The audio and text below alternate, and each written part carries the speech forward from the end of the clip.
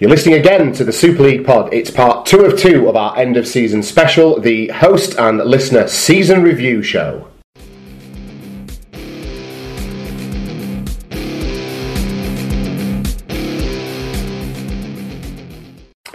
Okay, and we even went old school with the music there, Mark. It's been a while since we've dirred, isn't it? Yeah, it's a throwback for the old crew. That's it, a vintage jersey, you might say. There you go. I like your style. Okay, the stoppies are out of the way, or taken care of for another year. It's the season review show. We've done one of these every year as well. Just tell us a little bit about what this is and what people can expect. Well, it's us basically laughing at ourselves for how terrible our predictions were. Oh. Getting the view of a fan of the teams we're talking about thrown into the mix. An audio clip from one or two, or sometimes none, but for different teams. And then, just giving a bit of commentary on stuff. Expect some stats from me and some acute observations from you. There we go. And then a word or two right through the leagues.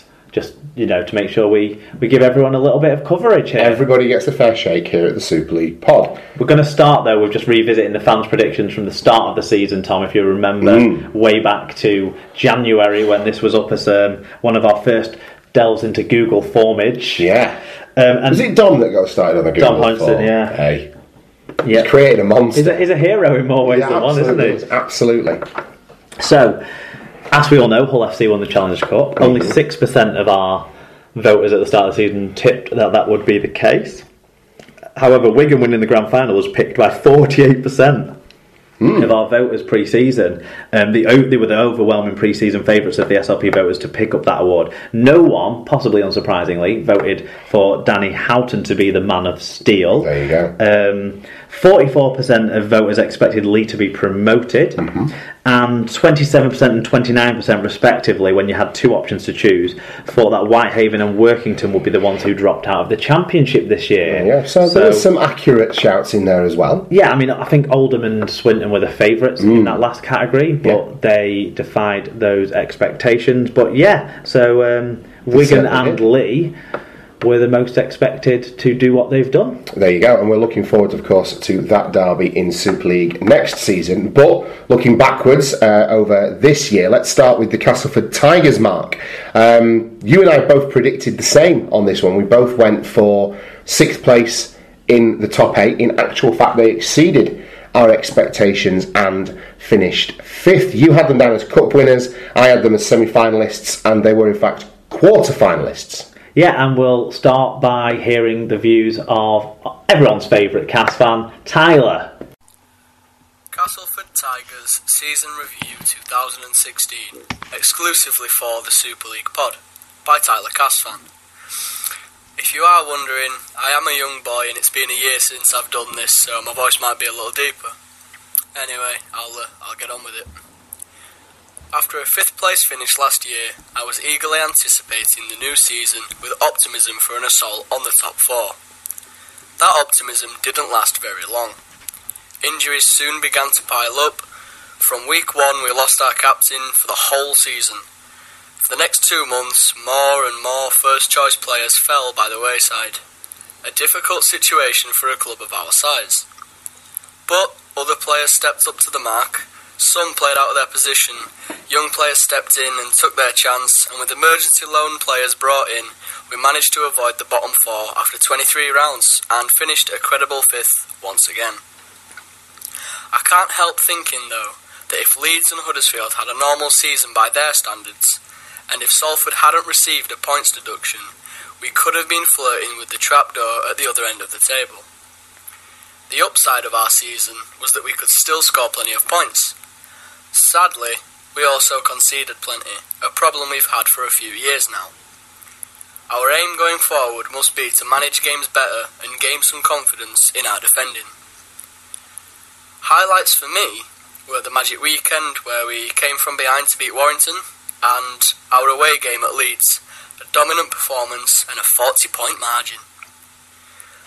The low point was the home defeat to Hull KR, 58-16.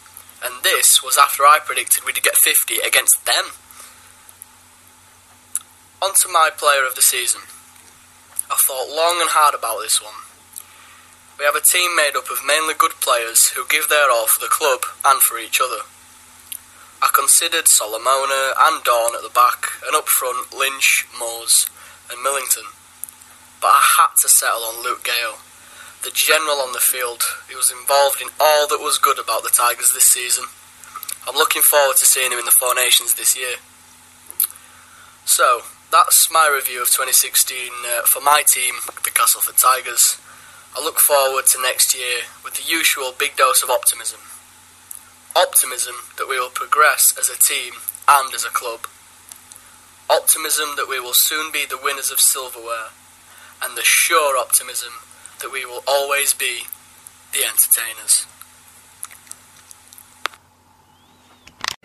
Well, what a way to kick off the season reviews with young Tyler Casfan getting in touch, clearly trying out his getting served at the local. That's what voice. I'm developing. Oh yeah, can I have 2 points of lager, please? You're not fooling anyone, Tyler. But as always, he makes some very astute observations about his own team.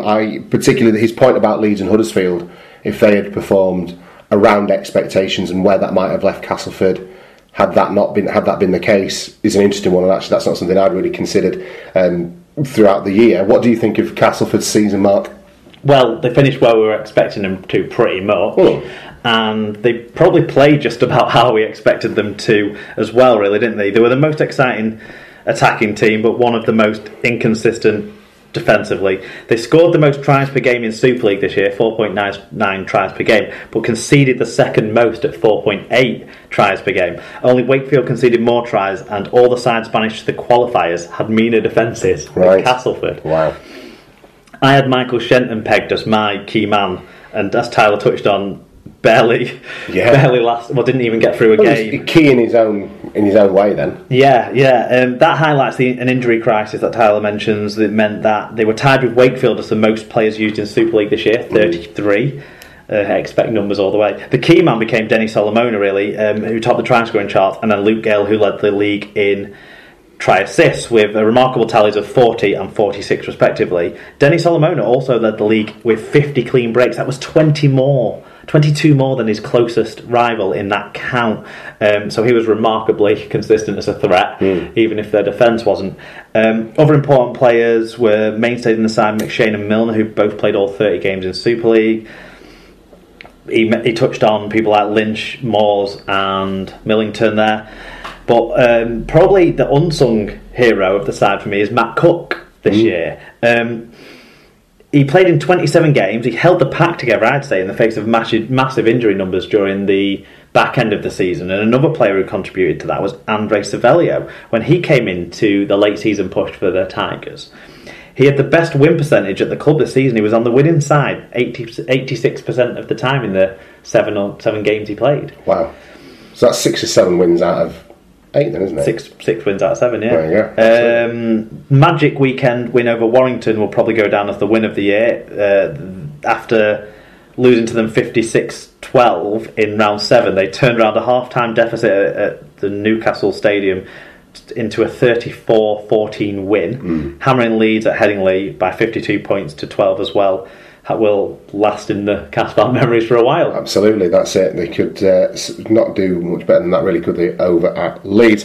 We weren't too far wrong in terms of where we thought they were going to finish, despite us expecting Leeds and Huddersfield to have standard seasons as well. So they're not, disappointed in it by any stretch of the imagination. And I think the thing with Castleford for me is it's always going to be a case of squad depth and what they can put together for when these, because 1 to 17, first choice 17, they're a match for anybody, and a great team to watch, and will give everybody in Super League a game. It's when they start losing players that there's a real deficit there for Castleford. Yeah, they've still remained a great team to watch because Fabulous. There's points aplenty whichever way of the field they come at. Absolutely, they're one of my favourite. I'll always love watching Castleford play. Right, we'll move on to the Catalan Dragons then. It was a season that promised much in terms of big name recruits down in the south of France. Mark, you thought that this would pay off them with a third place finish in the top 8. I thought they'd make it into the top 8 with an 8th place finish. Actually, they finished 6th, having been there or thereabouts in the early part of the year, and then dropping like a stone as injuries and a bit of internal bickering started. You had them as quarter-finalists in the Cup, as did I, and that was exactly what they achieved in the Challenge Cup. But let's hand over now to our fan review. Who was kind enough to get in touch with us, Mark? Alan Walker. Okay, here's my 2016 season review for Catalan Dragons. Off-field, at least, it was a good season, another positive season, developing and progressing year over year in terms of financing, improving the stadium, and improving the looking after of the base teams, their training, etc., as well as their schooling and educational needs. In terms of the Super League season, it was actually a season of two halves. The first half was pretty good. Maybe it could have been better, but the second half was terrible. As everyone's pointed out, I think I haven't heard any commentator who hasn't been disappointed with the second half of the season. For many players, the season actually ended earlier, depending on which player when they finished. Obviously, Pat Richards, a total flop. Sorry, Mark. He finished pretty early, although I don't think he ever started. People like Mason dropped out, but otherwise good players like Bosco, he couldn't finish the season, but then that was because he picked up a pretty nasty injury. Although I was happy with hearing people talking and bitching about the number of Australians, I think we overdid it a little bit, and it did come home to haunt us at the end. We could have done without Pat Richards, a kicker who never kicked, or Dave Taylor, a big fat touchy who really didn't deliver in more than 3 games. That was one good game more than I expected, however. Without sounding like a miserable Staines coach, we actually had quite a few injuries around the playmakers during most of the season. It was a bit like a speed dating session at times. Each playmaker seemed to have more partners than the average slapper. I think Frezzi even lost count of where he was going to play each player. One Australian who does deserve a mention in many ways is Gift. He played exceptionally well at the beginning of the season, and although he did drop off a bit towards the end of the season, that was because he was mainly covering many other people like the fat touchy, but also because he ended up even playing at 5/8. So overall he had a very good season. I don't know if he's leaving is a good thing or a bad thing, really. As it's for family reasons, I'm not going to criticise him. Obviously, everyone knows the beach in Lee is much better than Cannes Plage. Other great players that are leaving include Greg Mooney. He's a true legend there from the very beginning. Olivier Elmer, who's on his way again. And, of course, great Catalan Dragons legend, Big Willie Mason. It's going to be a shame to see Romain Navarrete leave. He could be a big loss. He's going to be big anyway. Obviously he's off to Wigan. Hopefully they can develop him a bit further, and maybe he'll come back to us a bit better as a player. If not, I hope he goes on and does well anyway in his career in rugby league at Wigan or wherever he goes. Escaré and Pizza Boy are 2 young players who haven't really developed, and they're off. Maybe I'm glad to see them go. It's a bit of a shame, but they haven't really developed that well. Obviously, Pizza Boy is going to be delivering the Stewart family's pizzas in Lee. Let's see how he goes. Jody Broughton was a good player this year. Great to see real classic wing play, fast running and exciting tries. A great player. Hope he stays and continues playing well.